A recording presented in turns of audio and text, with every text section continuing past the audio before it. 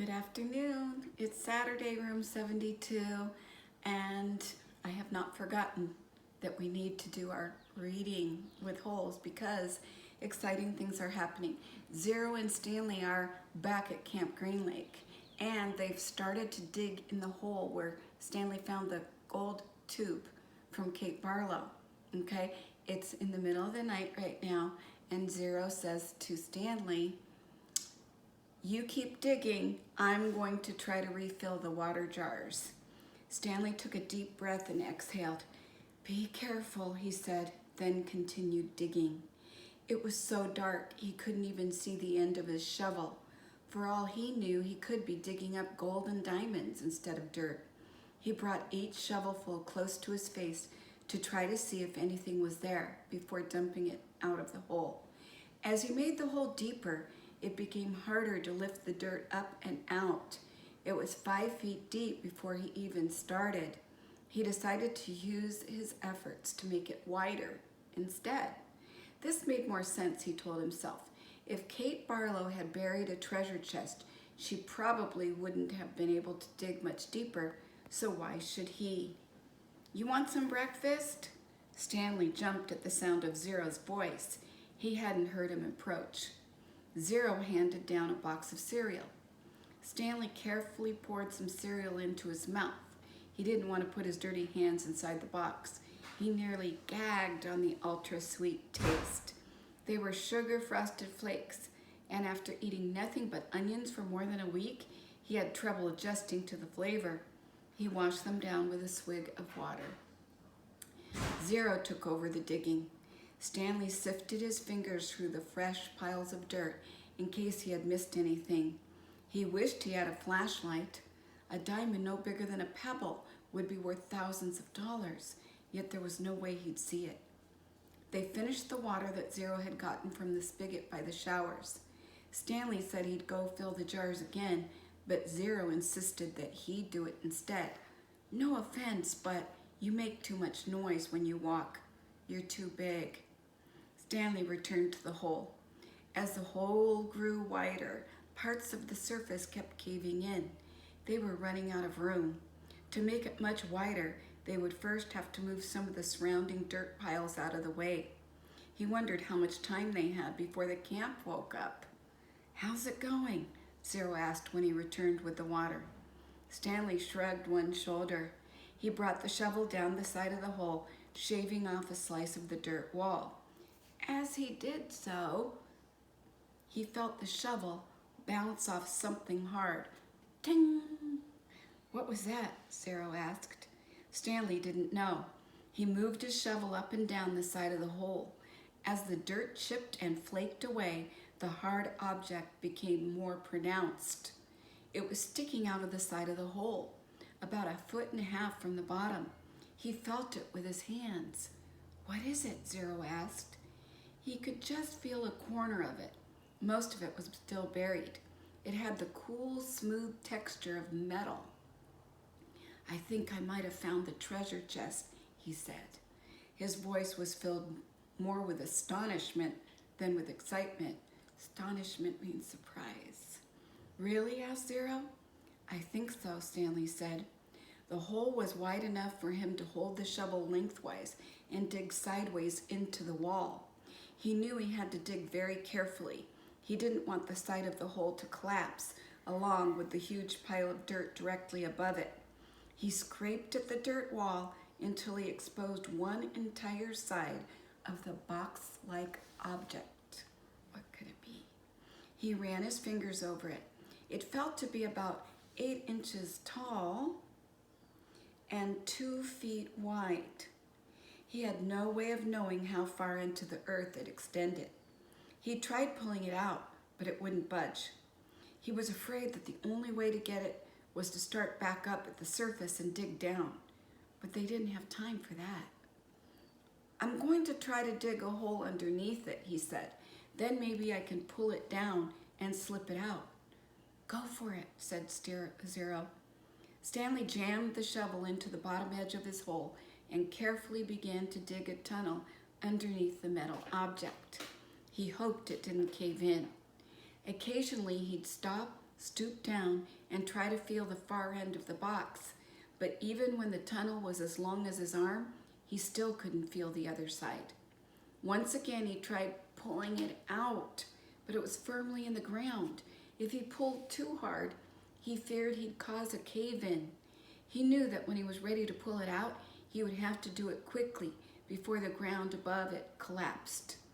As his tunnel grew deeper and wider and more precarious, Stanley was able to feel latches on the end of the box and then a leather handle. It wasn't really a box. I think it might be some kind of metal suitcase, he told Zero. Can you pry it loose with a shovel? Zero suggested. I'm afraid the side of the hole will collapse. You might as well give it a try, said Zero. Stanley took a sip of water. Might as well, he said.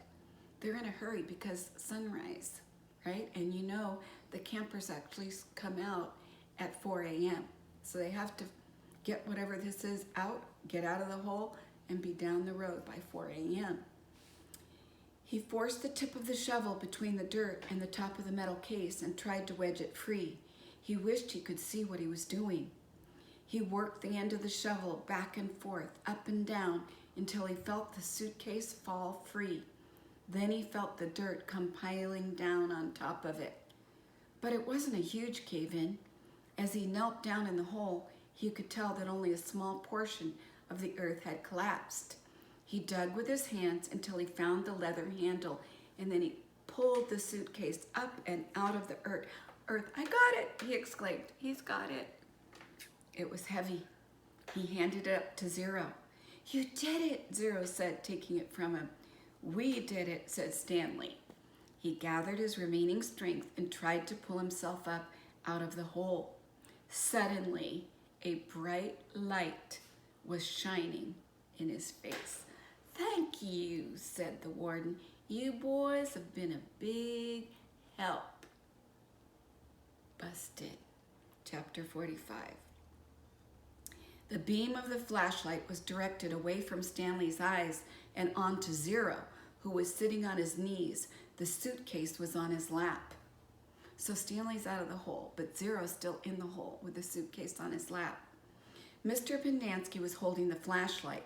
Mr. Sir stood next to him with his gun drawn and pointed in the same direction.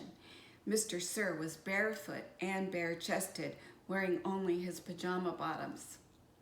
The warden moved toward Zero. She was also in her bed clothes, wearing an extra long t-shirt. Unlike Mr. Sir, however, she had on her boots. Mr. Pendanski was the only one fully dressed. Perhaps he had been on guard duty. Off in the distance, Stanley could see two more flashlights bobbing toward them in the darkness. He felt helpless in the hole. You boys arrived just in the nick, the warden stopped to say. She stopped talking and she stopped walking. Then she slowly backed away. A lizard had crawled up on top of the suitcase. Its big red eyes glowed in the beam of the flashlight. Its mouth was open, and Stanley could see its white tongue moving in and out between its black teeth. It's a yellow spotted lizard, right? One bite and you die, right? Zero sat as still as a statue. A second lizard crawled up over the side of the suitcase and stopped less than an inch away from Zero's little finger. Stanley was afraid to look and afraid not to. He wondered if he should try to scramble out of the hole. He was still in the hole, before the lizards turned on him, but he didn't want to cause any commotion. The second lizard crawled across Zero's fingers and halfway up his arm. It occurred to Stanley that the lizards were probably on the suitcase when he handed it to Zero. There's another one, gasped Mr. Pendanski. He shined the flashlight on the box of frosted flakes which lay on its side beside Stanley's hole. A lizard was crawling out of it. The light also illuminated Stanley's hole. He glanced downward and had to force himself to suppress a scream. He was standing in a lizard nest. He felt the scream explode inside him. He could see 6 lizards. There were 3 on the ground, 2 on his left leg, and 1 on his right sneaker. He tried to remain very still. Something was crawling up the back of his neck. 3 other counselors approached the area. Stanley heard one say, "What's going?" and then whisper, "Oh my God." "What do we do?" asked Mr. Pendanski. "We wait," said the warden. "It won't be very long." "At least we'll have a body to give that woman," said Mr. Pendanski. "She's going to ask a lot of questions," said Mr. Sir, "and this time she'll have the police with her." "Let her ask her questions," said the warden. "Just so long as I have the suitcase, I don't care what happens. Do you know how long?" Her voice trailed off, then started up again. "When I was little, I'd watch my parents dig holes every weekend and holiday. When I got bigger, I had to dig too, even on Christmas."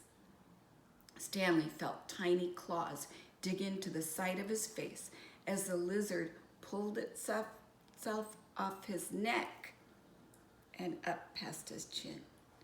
"It won't be long now," the warden said. Stanley could hear his heartbeat. Each beat told him he was still alive, at least for 1 more second. Chapter 46. 500 seconds later, his heart was still beating. What's going on? Why aren't the lizards biting them? I mean, how is he still alive? Mr. Pendanski screamed. The lizard which had been in the cereal box was springing toward him. Mr. Sir shot it in midair. Stanley felt the blast shatter the air around him. The lizard scurried frantically across his very still body. He did not flinch. A lizard ran across his closed mouth. He glanced at Zero, and Zero's eyes met his. Somehow they were both still alive, and at least for 1 more second, 1 more heartbeat. Mr. Sir lit a cigarette. "I thought you quit," said one of the other counselors. "Yeah, well, sometimes sunflower seeds just won't cut it." He took a long drag on his cigarette. "I'm going to have nightmares the rest of my life." "Maybe we should just shoot them," suggested Mr. Pendanski. "Who?" asked the counselor. "The lizards or the kids?" Mr. Pendanski laughed grimly. "The kids are going to die anyway." He laughed again. "At least we got plenty of graves to choose from." Can you believe this from Mr. Pendanski, trying to pretend he was such a nice counselor who cared about the boys' future, now laughing about their graves? "We've got time," said the warden. "I've waited this long. I can wait another few." Her voice trailed off. Stanley felt a lizard crawl in and out of his pocket. "We're going to keep our story simple," said the warden. "That attorney lady is going to ask a lot of questions. The police will most likely initiate an investigation. So this is what happened. Stanley tried to run away in the night, fell in a hole, and the lizards got him. That's it. We're not even going to give them Zero's body. As far as anybody knows, Zero doesn't exist. Like Mom said, we got plenty of graves to choose from." I'm going to stop there. Tomorrow we'll find out. Do the lizards bite anybody? Do the police come and save the day? What's in the suitcase? What's going to happen? But my big question that I really want you to think about and comment on is, why aren't the lizards biting Stanley and Zero? When I first read this book many years ago, I could not understand why they weren't getting bit. I started to think of things like, well, maybe they're just too good and the lizards only bite evil people. That was ridiculous. But I was trying to figure out what is going on. I had no idea. And it's so easy if you think about why. But it didn't occur to me. And I'm a pretty smart person. Maybe it occurred to you. Now, if you saw the movie, do not give away why. I want those of you who don't know why to try to take some guesses. That'll be so interesting for me to read in the comments. So please, please comment, and I promise Today, I will respond to your comments. Okay? All right. Talk to you later, room 72.